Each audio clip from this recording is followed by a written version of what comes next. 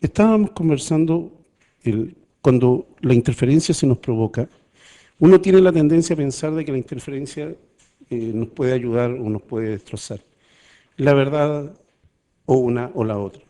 La bulla, por ejemplo, el ruido molesto, es producto de una interferencia constructiva. Se van sumando las amplitudes, se agranda, se transforma en lo que nosotros conocemos como bulla, en donde no podemos diferenciar un sonido de otro. En cambio, si en la Edad Media o en otras épocas muy pasadas, muy remotas, tú tendrás que entender que no existía la electricidad y era posible amplificar, y de hecho amplificaban el sonido por medio de la interferencia constructiva. Pero dejemos eso un poquito de lado, pero sin antes terminar, discúlpame, es fácil detectar cuando tú tienes la interferencia destructiva, es fácil comprobarlo. Cámbiale la polaridad a un parlante, colócalos de frente y tú te vas a dar cuenta de que ahí se nos provoca una interferencia destructiva. En la fiesta, da un paso al lado. En los lugares en donde no te llega el sonido, caminando un paso al lado, vas a dar cuenta de que ahí hay lugares en donde se te está provocando la interferencia destructiva. De alguna manera, si tú la sabes utilizar bien, tú puedes ir evitándola o trabajándola al favor, digamos, recordando siempre de que hay lugares en donde el sonido se te va a amplificar y hay otros lugares en donde va a disminuir. Los lugares en donde el sonido se te amplifica, evidentemente se provocan lo que nosotros llamamos en física los antinodos. Un antinodo es un lugar en donde la vibración es máxima. Recuerda que te dije que se juntaban ondas incidentes y reflejadas muchas veces, o simplemente en un acoplamiento de ondas. Se te van a reflejar también los nodos, y en esos nodos se te provocan, no hay vibración, nula vibración, en donde se encuentra una onda incidente y una reflejada de una onda estacionaria. Y si quieres, conversemos un poquito, ya que la mencionamos, la onda estacionaria. Fíjate que la onda estacionaria se provoca en las cuerdas de guitarra. Tú sabes que la cuerda de guitarra está sujeta en dos extremos. Cosa curiosa con la cuerda de guitarra, se provocan dos tipos de onda, pero permíteme un segundo. Tú cuando tiras la cuerda de guitarra, en la cuerda, se te provoca una onda de tipo transversal. Por lo tanto, aquí hay un hecho que no es menor. Es una onda mecánica transversal, con lo que te tiene que quedar claro que la onda mecánica no solo se provocan ondas longitudinales, también ondas transversales como la provocada en una cuerda de guitarra. Pero el sonido que se provoca en la cuerda de guitarra, el que provoca la cuerda de guitarra, no es transversal, es longitudinal.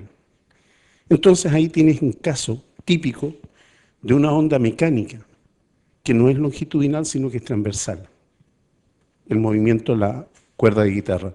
Pero el sonido provocado por ese movimiento transversal es una onda longitudinal.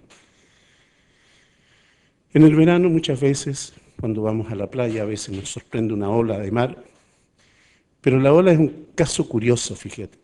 La ola tiene de los dos tipos, longitudinales y transversales. Depende del lugar de donde estés ubicado observando la ola.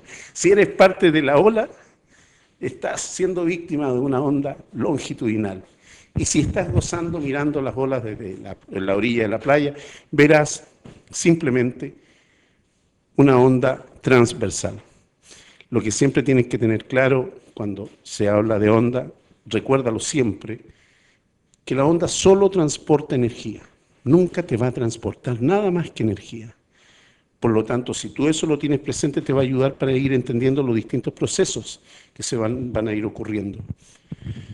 La onda tú la puedes, la onda de sonido, como te decía, para que fuera onda, tiene que cumplir básicamente con las 4 requisitos.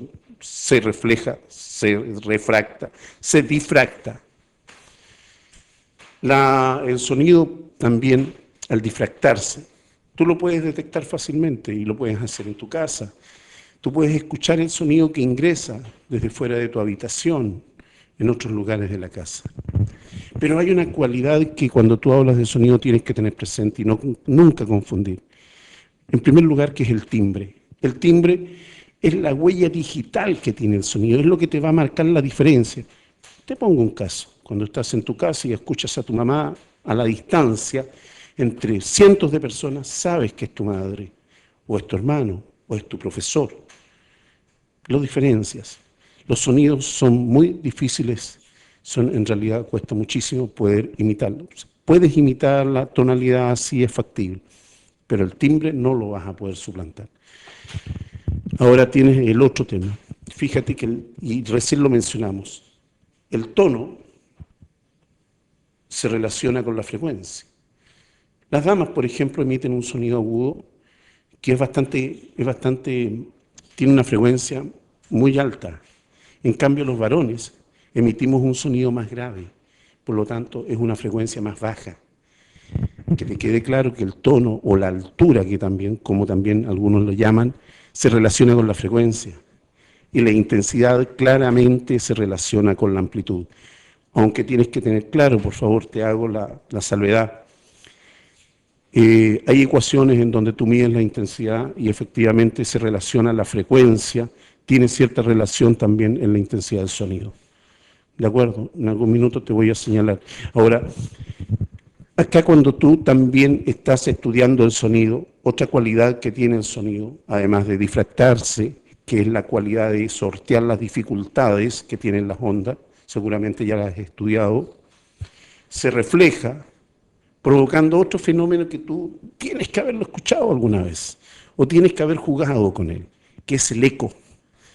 Y el eco no es ni más ni menos producto de la reflexión del sonido. ¿Te das cuenta? Después del eco viene la reverberación, y fíjate que por definición son muy parecidos. ¿Cuál es la diferencia? Que la reverberación es cuando el sonido permanece en el aire una vez extinta la fuente, pero el tiempo que permanece en el aire te va generando nuevamente sonido. En realidad las definiciones entre eco y reverberaciones son muy cercanas, son muy próximas. Ahora, la reverberación generalmente son enemigas de las audiciones o de las amplificaciones. Cuando uno hace un acto, lo que tiene que evitar es colocar los parlantes detrás del micrófono. Si tú colocas los parlantes detrás del micrófono, se te va a provocar una reverberación. Y lo que va a ocurrir es que tú vas a hablar por el micrófono, va a salir por el parlante y va a volver a ingresar y se te va a provocar un círculo y la gente que está escuchando va a ser insoportable y la verdad de las cosas no te van a entender nada. Por lo tanto, desde esta perspectiva recuerda que hemos hablado de interferencia, hemos hablado de difracción, hemos hablado de eco y hemos hablado de reverberación.